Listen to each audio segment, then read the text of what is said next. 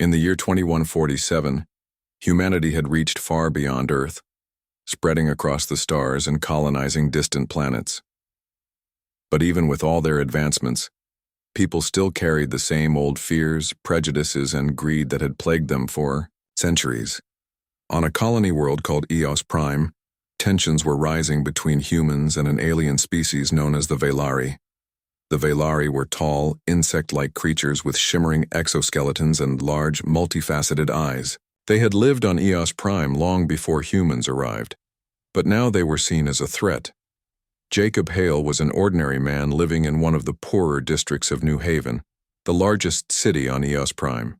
He worked as a mechanic, fixing machines and vehicles for anyone who could pay.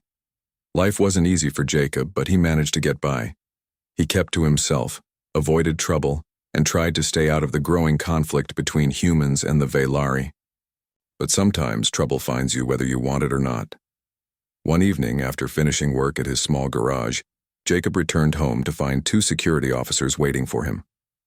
Their uniforms were crisp, and their faces were stern. Without explanation, they arrested him, accusing him of sabotaging a key food storage facility earlier that day. An explosion had destroyed the facility, leaving thousands of people without enough supplies to last more than a few weeks. It was a disaster, and someone needed to be blamed. Jacob protested his innocence, but no one listened. The authorities claimed they had evidence tying him to the crime. Witnesses said they saw him near the facility around the time of the explosion. Security footage supposedly showed him tampering with the control systems. None of it made sense to Jacob. He hadn't been anywhere near the facility that day, but the accusations kept piling up. Rachel Monroe, a young journalist working for a local news outlet, heard about Jacob's arrest and decided to look into the case. Rachel had always been curious, always eager to uncover the truth behind the headlines. She didn't trust the official story about Jacob being involved with the Velari. Something felt off, and she wanted to know why. Rachel started by visiting the scene of the explosion. The food storage facility was little more than rubble now, its walls blackened and twisted from the blast. She spoke to workers who had been there when it happened. Most of them were too scared to say much, but one man mentioned seeing strange activity in the days leading up to the explosion. He described unfamiliar vehicles coming and going late at night, though he couldn't identify who was using them. Next, Rachel visited Jacob's neighborhood. People there knew him as a quiet, hard-working man who minded his own business. No one believed he would do something like sabotage a critical facility. One of his neighbors, an elderly woman named Mary, told Rachel that Jacob often helped her with repairs around her house. "He's a good man," she said firmly. "This is some kind of mistake." As Rachel dug deeper, she began to uncover hints of a larger conspiracy.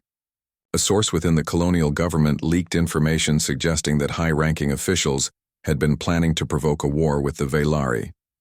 By creating incidents like the explosion, they hoped to turn public opinion against the aliens and justify military action.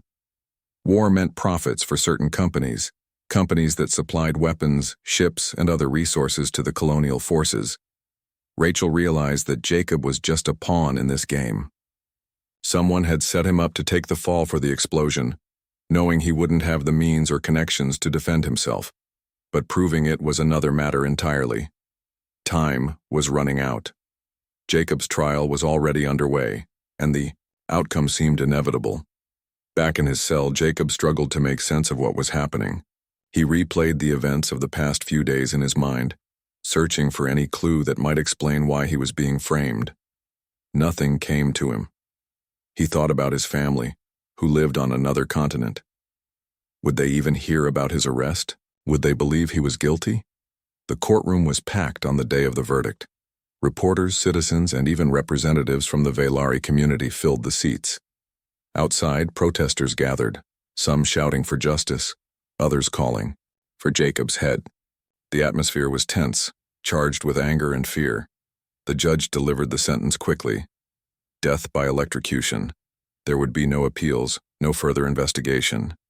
The execution was scheduled to take place in 3 days in the Central Bay Plaza of New Haven. It was meant to be a public spectacle, a warning to anyone who might sympathize with the Velari. Jacob barely reacted when the sentence was read. He felt numb, disconnected from reality. As guards led him back to his cell, he stared blankly at the floor, his mind racing. He didn't know how to fight back, didn't know if fighting back was even possible. All he knew was that he wasn't ready to die. Not like this, not for something he didn't do. Rachel watched the proceedings from the back of the courtroom, her stomach churning. She had gathered enough information to cast doubt on Jacob's guilt, but she didn't have concrete proof. Not yet. And without proof, speaking out publicly would only put her in danger. Still, she couldn't give up. She owed it to Jacob and to herself to keep trying. That night, Rachel sat alone in her apartment, staring at the documents scattered across her desk. Her thoughts kept returning to Jacob, to the look of resignation on his face as the judge pronounced his sentence. She wondered what kind of person he really was, beneath the accusations and the fear. Was he truly as innocent as everyone claimed?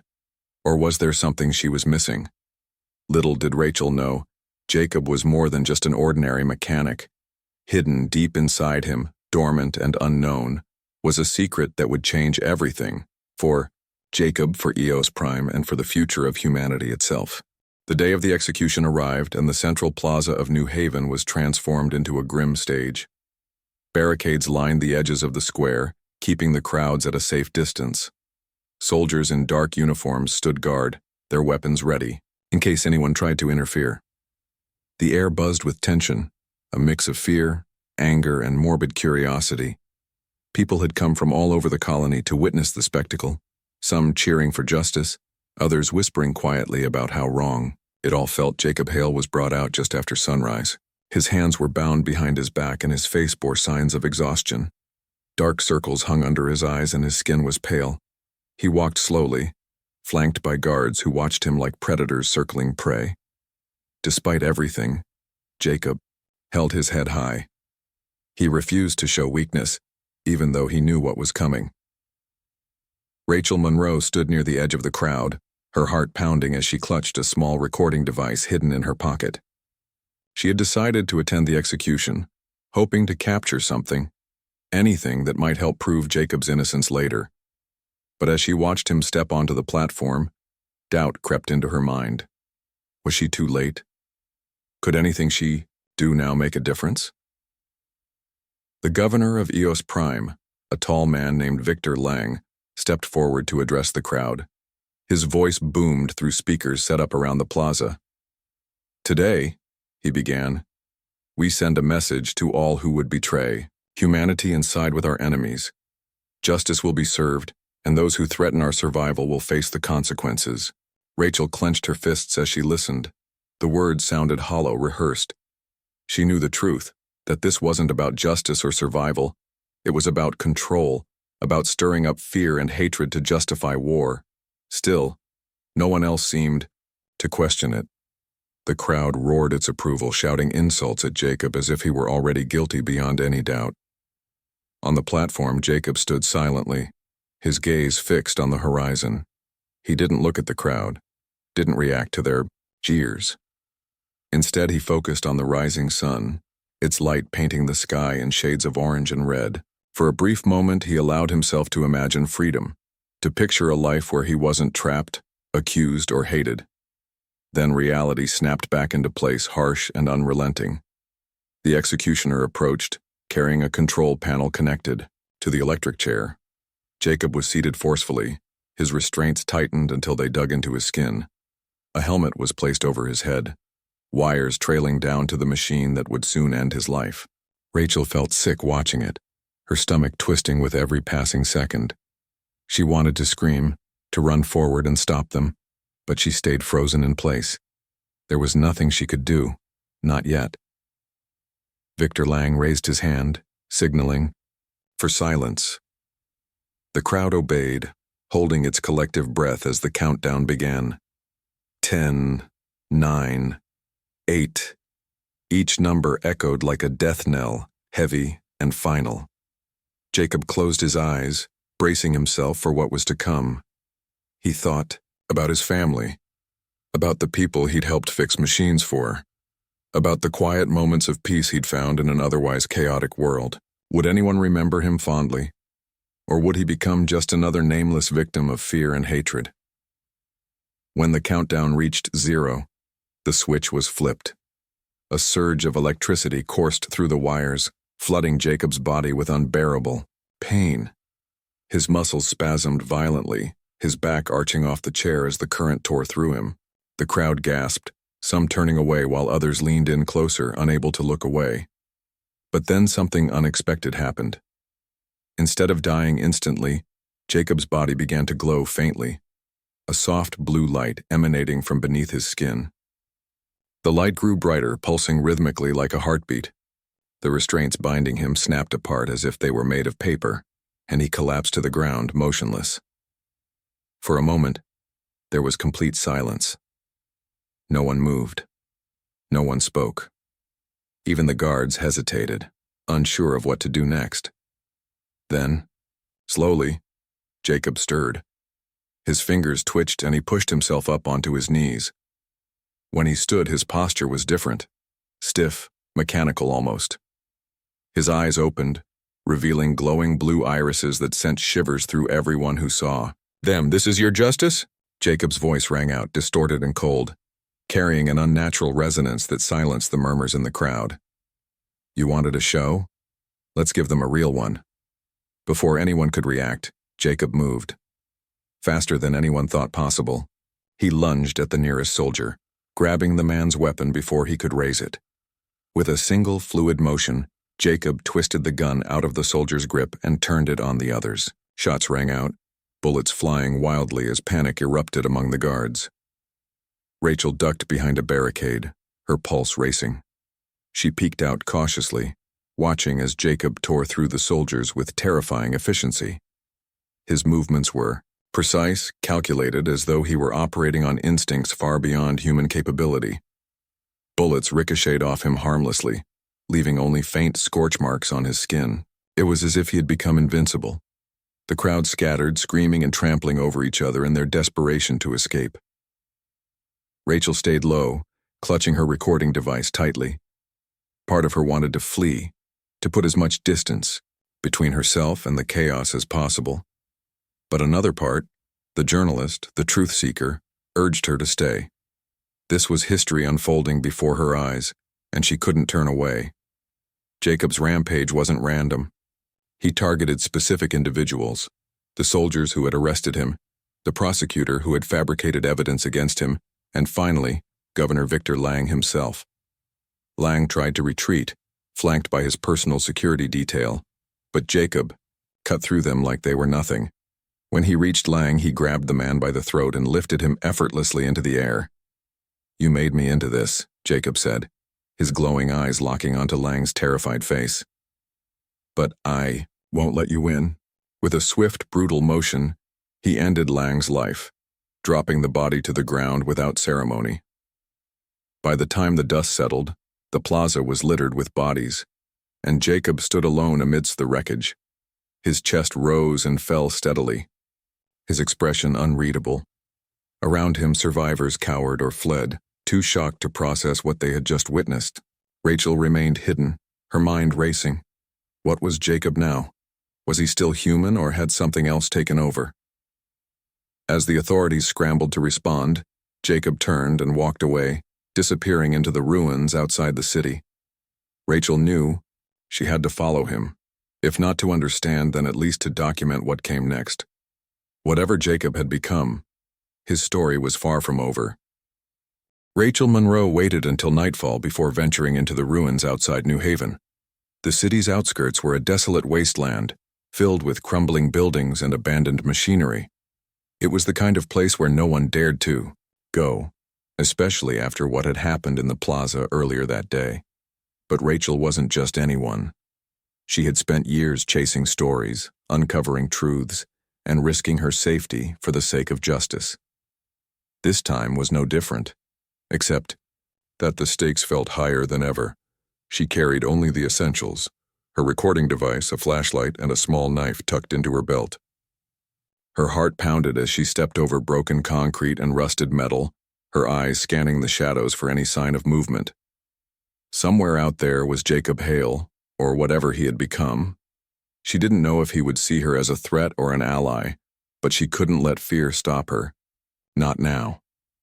After hours of searching, Rachel finally found him in an old mining facility on the edge of the ruins. The structure was half collapsed, its walls covered in dust and vines. Inside, the air was cool and damp, carrying the faint smell of decay. Jacob sat motionless in the center of the room, surrounded by flickering holographic displays projected from his body. The images shifted constantly, showing maps, data streams, and fragments of conversations. It was like watching 1,000 pieces of information come together in real time. Rachel hesitated at the entrance, unsure whether to approach. She cleared her throat softly, announcing her presence. Jacob turned his head slowly, his glowing blue eyes locking onto hers. His expression was unreadable, neither hostile nor welcoming. "Why are you here?" he asked, his voice still carrying that eerie, mechanical tone. Rachel took a deep breath and stepped forward. "I'm trying to understand," she said carefully. "What happened to you? Who did this?" Jacob stared at her for a long moment before responding. "They made me into this," he said simply. "But I don't think they expected me to survive." Rachel nodded, her mind racing. She pulled out her recording device and held it up. "I've been investigating your case. I know you were set up. There's a conspiracy, a group of people who wanted to provoke a war with the Velari.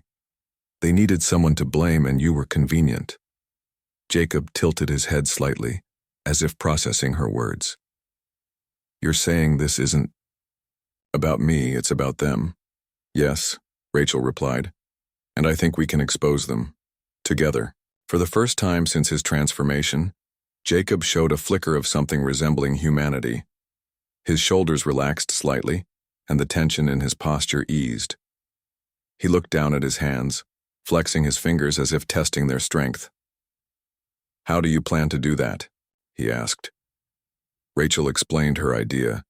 Use the nanobots inside him, the same technology that had turned him into a weapon, to hack into the colony's communication network. If they could broadcast her evidence to every screen on EOS Prime, the truth would be impossible to ignore. The conspirators wouldn't be able to hide anymore. Jacob listened silently, his glowing eyes narrowing as he considered her proposal. Finally, he nodded. "If it means stopping them, I'll do it." Over the next several hours, Rachel worked closely with Jacob, guiding him through the process of accessing the colony's systems. The nanobots responded to his thoughts, creating new holographic displays and connecting to distant servers. It here was like watching a symphony of light and data unfold before her eyes. At times, Jacob seemed almost detached, his focus entirely on the task at hand. Other times he paused, staring off into the distance as if remembering fragments of his old life. As dawn approached, they completed their preparations. Rachel uploaded the documents she had gathered onto the network, ensuring that every piece of evidence would reach the public. When the broadcast began, the entire colony would see the truth, the lies, the manipulation, the greed that had driven the conflict between humans and the Velari. Before they activated the signal, Rachel turned to Jacob. "Are you ready for this?" she asked quietly. He met her gaze, his blue eyes steady. "I've been ready since the moment they put me in that chair." With a single command, Jacob triggered the broadcast. Across EOS Prime, screens lit up with Rachel's findings. News outlets, personal devices, even public billboards displayed the evidence in vivid detail. Conversations stopped mid-sentence as people absorbed the revelations. The governor's speeches, the falsified reports, the secret meetings, all of it was laid bare for everyone to see. The reaction was immediate and explosive. Protests erupted in cities across the colony, with citizens demanding accountability from their leaders. Some called for peace with the Velari, while others demanded justice for those who had been wronged. The conspirators scrambled to respond, issuing denials and attempting to shut down the broadcast. But it was too late. The truth had already spread, impossible to contain. In the chaos that followed, the masterminds behind the conspiracy, tried to flee. Evelyn Drake, the woman who had orchestrated the experiment that transformed Jacob, boarded a private shuttle with a handful of loyal followers. They planned to escape to another colony, leaving EOS Prime behind. But Jacob had other plans. Using the nanobot's advanced capabilities, Jacob tracked the shuttle to the spaceport. By the time they arrived, the engines were warming up, preparing for launch. Soldiers guarded the perimeter, but they were no match for Jacob. He moved with terrifying speed, disabling them one by one without hesitation. When he reached the shuttle, he tore open the hatch and stepped inside. Evelyn stood at the controls, her face pale with fear. "You can't stop progress," she said, her voice trembling. "This is bigger than you.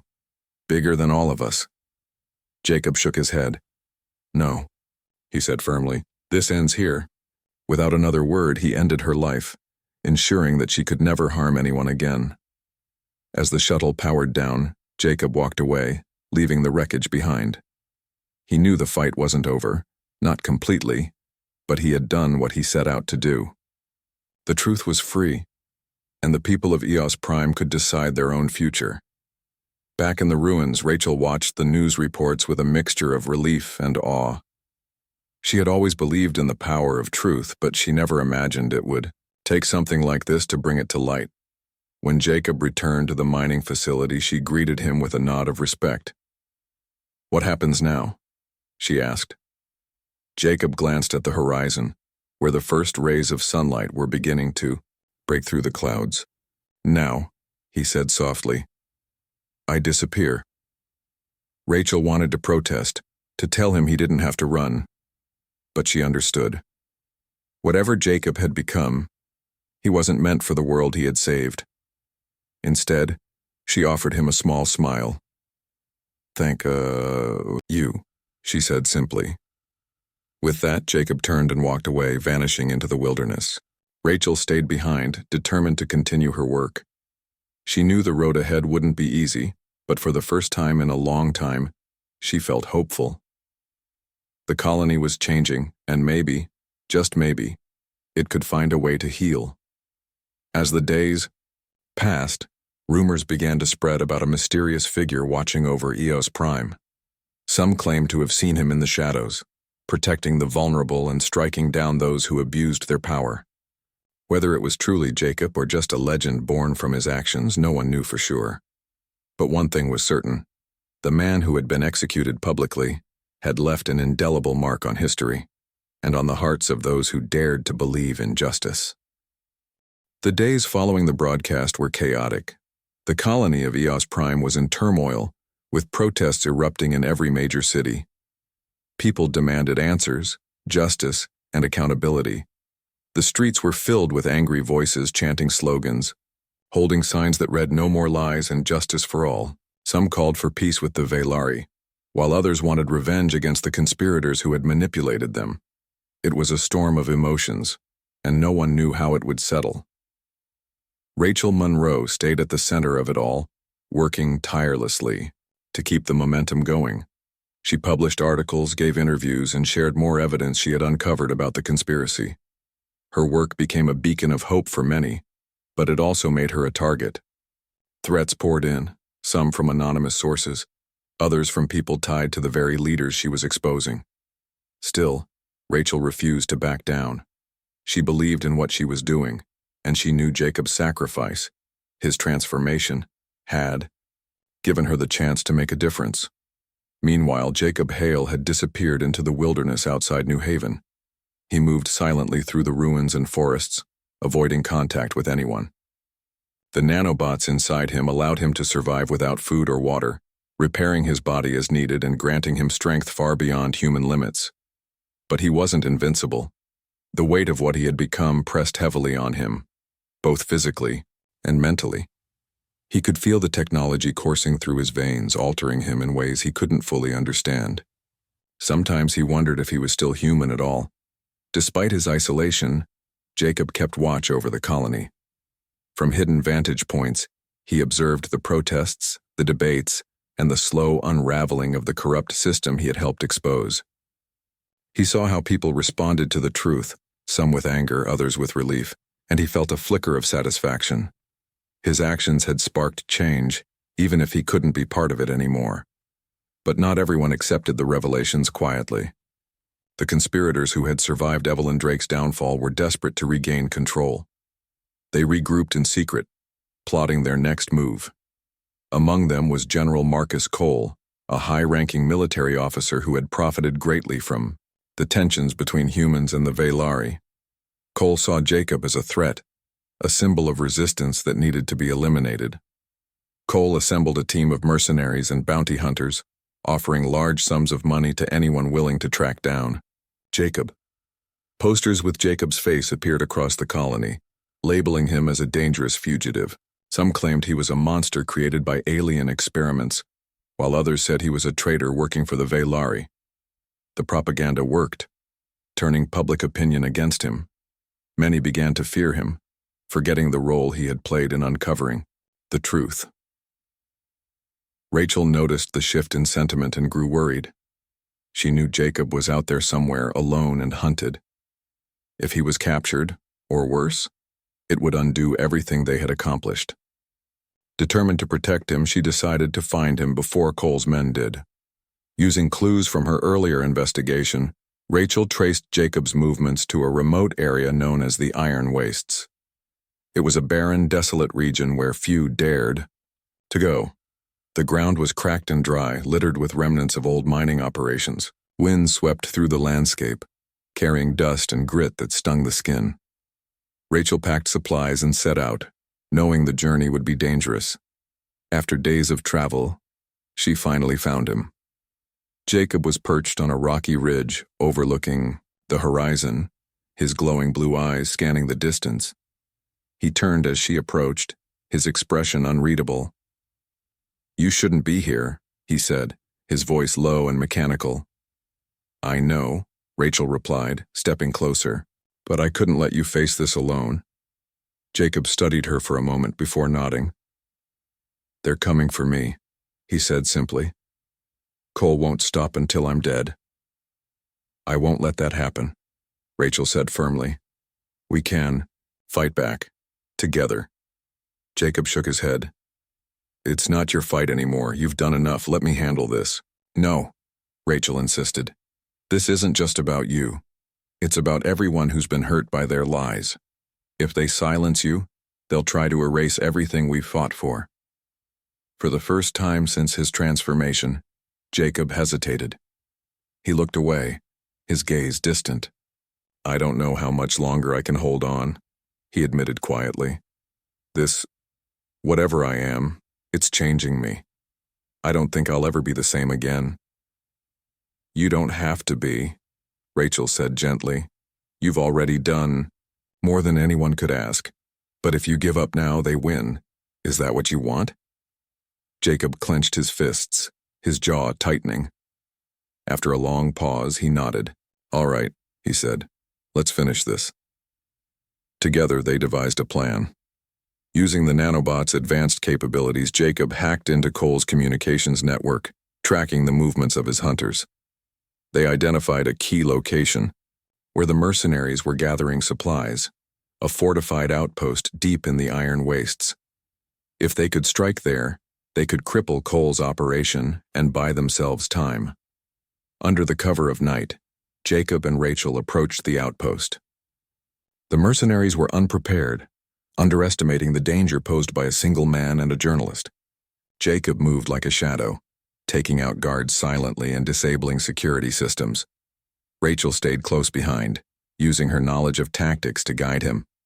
When they reached the main building, they found crates of weapons and equipment stacked. "Hi. We need to destroy this," Rachel said, pulling a small explosive device from her pack. Jacob nodded and used the nanobots to amplify the blast radius. Within minutes, the outpost was engulfed in flames, the explosion echoing across the wasteland. As they retreated, Jacob paused to look back at the burning ruins. "That won't stop them forever," he said grimly. "No," Rachel agreed, "but it'll slow them down, and it sends a message. You're not afraid." Jacob didn't respond. Instead, he focused on their next move. They couldn't stay in one place for long, not with Cole's men still hunting them. But Rachel was determined to keep fighting no matter the cost. She believed in Jacob, in the truth they had uncovered, and in the possibility of a better future for EOS Prime. Days turned into weeks and the hunt continued. Jacob and Rachel evaded capture time and again, striking back whenever they could. Each victory weakened Cole's grip on the colony, inspiring others to join the cause. Slowly but surely, the tide began to turn. Through it all, Jacob remained, haunted by his transformation. He could feel the nanobots reshaping him, pushing him further from the person he once was. But he also knew he couldn't stop. Not yet. There was still too much at stake. One evening, as they rested in a hidden cave, Rachel handed Jacob a small data chip. "This is everything we've gathered so far," she explained. "If anything happens to us, make sure it gets out. The truth has to survive." Jacob took the chip, his fingers brushing against hers briefly. "Thank you," he said softly, "for believing in me." Rachel smiled, though her eyes were sad. Always. Outside, the wind howled through the rocks, carrying whispers of the battles ahead. Neither of them knew what the future held, but they were ready to face it, together. The final confrontation came sooner than either Jacob or Rachel expected. General Marcus Cole, frustrated by his repeated failures to capture Jacob, decided to take matters into his own hands. He assembled a large force of soldiers and mercenaries, equipping them with the most advanced weapons available. His plan was simple: surround the area where Jacob had last been spotted and overwhelm him with sheer numbers. Jacob and Rachel were resting in a hidden cave when they noticed the signs of an approaching attack. The distant hum of engines grew, louder, followed by the sound of boots crunching against gravel. They didn't have much time. Rachel quickly gathered their supplies while Jacob used the nanobots to scan the area, pinpointing the enemy's position. The odds were not in their favor. Dozens of armed men were closing in fast. "We need to split up," Jacob said abruptly. "They're after me, not you. If we stay together, they'll catch us both." Rachel shook her head firmly. "No, I'm not leaving you." "You don't understand," Jacob replied, his glowing blue eyes locking onto hers. "If they capture you, they'll use you against me. I can't let that happen. And if they kill you, everything we've fought for dies with you." Rachel shot back. "We stick together. That's how we win." Jacob hesitated, torn between his desire to protect her and the knowledge that she was right. Finally, he nodded. "All right, but stay close." They exited the cave cautiously, moving through the rocky terrain toward higher ground. From there, they could see the scope of Cole's operation. A convoy of armored vehicles and soldiers fanning out across the landscape. Spotlights swept the area, searching for any sign of movement. Jacob knew they couldn't outrun them forever. They would have to fight. Using the nanobots, Jacob disabled several vehicles remotely, causing explosions that scattered the enemy forces temporarily. He and Rachel took advantage of the chaos to slip past the first wave of attackers, retreating deeper into the wilderness, but Cole wasn't about to give up. He ordered his men to regroup and press forward, determined to corner his prey. By dawn, Jacob and Rachel found themselves trapped on a narrow ridge overlooking a steep cliff. The enemy closed in from all sides, cutting off any chance of escape. Cole stepped forward, flanked by heavily armed guards. His voice carried over the wind as he addressed Jacob directly. "It's over," Cole said coldly. "You've caused enough damage. Surrender now, and I might let your friend live." Jacob glanced at Rachel, then turned to face Cole. "You won't stop until everyone who opposes you is dead," he said evenly. "I'm not letting that happen," Cole smirked. "Then you leave me no choice." Before Cole could give the order to open fire, Jacob moved. With incredible speed, he launched himself at the nearest soldiers, disarming them before they could react. Bullets flew around him, but none hit their mark. The nanobots created a protective barrier that deflected every shot. Rachel stayed, behind cover, watching in awe as Jacob tore through the enemy ranks like a force of nature. But even with his enhanced abilities, Jacob couldn't hold out forever. The soldiers kept coming, relentless and unyielding. One by one, they fell, but more took their place.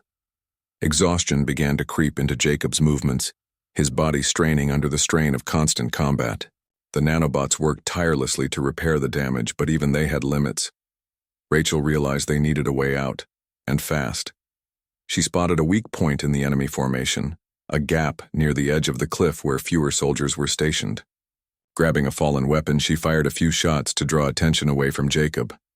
When the soldiers turned toward her, she shouted, "Now!"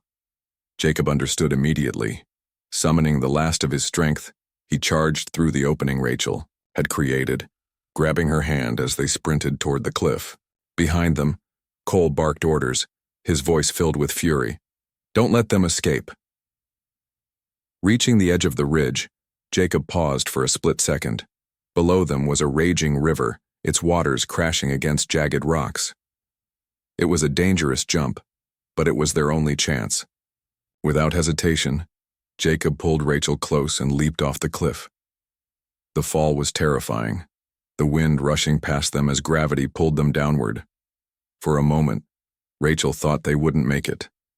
Then they hit the water, the impact knocking the breath from their lungs. The current dragged them along, pulling them deeper into the canyon below. By the time they surfaced, gasping for air, they were far downstream, out of sight of their pursuers. Exhausted but alive, they climbed onto the riverbank and collapsed onto the muddy ground. Rachel coughed violently, her body trembling from the shock of the fall. Jacob sat beside her, his chest rising and falling rapidly. Despite the nanobot's efforts to heal him, he looked worn down, his glow dimmer than before. "They'll keep coming," Rachel said between breaths. "What do we do now?" Jacob stared at the horizon, his expression unreadable. "We can't keep running," he said quietly. "It's time to end this."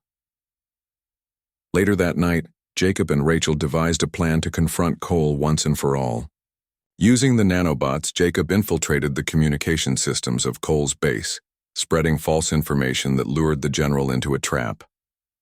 The location they chose was an abandoned industrial facility on the outskirts of New Haven, a maze of rusted machinery and crumbling walls perfect for ambushes. When Cole arrived with a small team, expecting an easy victory, he found himself surrounded. Jacob emerged from the shadows, his presence commanding and intimidating. Cole raised his weapon, but Jacob was faster. In a matter of seconds, the general's men were incapacitated, leaving him alone to face Jacob. "You should have stayed out of this," Cole spat, backing away nervously. "You think you're some kind of hero? You're nothing but a freak." Jacob stepped closer, his glowing eyes boring into Cole's. "I'm not a hero," he said calmly. "But I'm done letting people like you hurt others." With that, Jacob ended Cole's life, ensuring that the man who had orchestrated so much suffering would never harm anyone again. As the general's body slumped to the ground, Jacob stood silently, his mind racing. The fight was over, but the cost weighed heavily on him. Rachel appeared moments later, her face pale but resolute. "It's done," she said softly. "You did it." Jacob nodded, though he didn't feel victorious. "What happens now?" he asked. Rachel hesitated, then placed a hand on his shoulder. "Now we rebuild, together." Over the following weeks, the colony began to heal. The exposure of the conspiracy led to widespread reforms, with new leaders stepping forward to guide EOS Prime toward peace and cooperation with the Velari. Rachel continued her work as a journalist, documenting the changes and advocating for justice. Her articles inspired hope in many, reminding them of the sacrifices made to bring about a better future. As for Jacob, he vanished into the wilderness once more. Some claimed to see him from time to time, a shadowy figure protecting the vulnerable and striking down those who abused their power. Whether these sightings were real or simply legends born from his actions, no one knew for sure. But one thing was certain: Jacob Hale had left an indelible mark on history. Years later, Rachel often thought about him, wondering where he was and what he had become. She hoped he had found some measure of peace, even if he couldn't return, to the world he had saved. Whatever his fate, she knew one thing for certain. The man who had been executed publicly and still slaughtered his killers would always be remembered as a symbol of resistance, courage, and justice.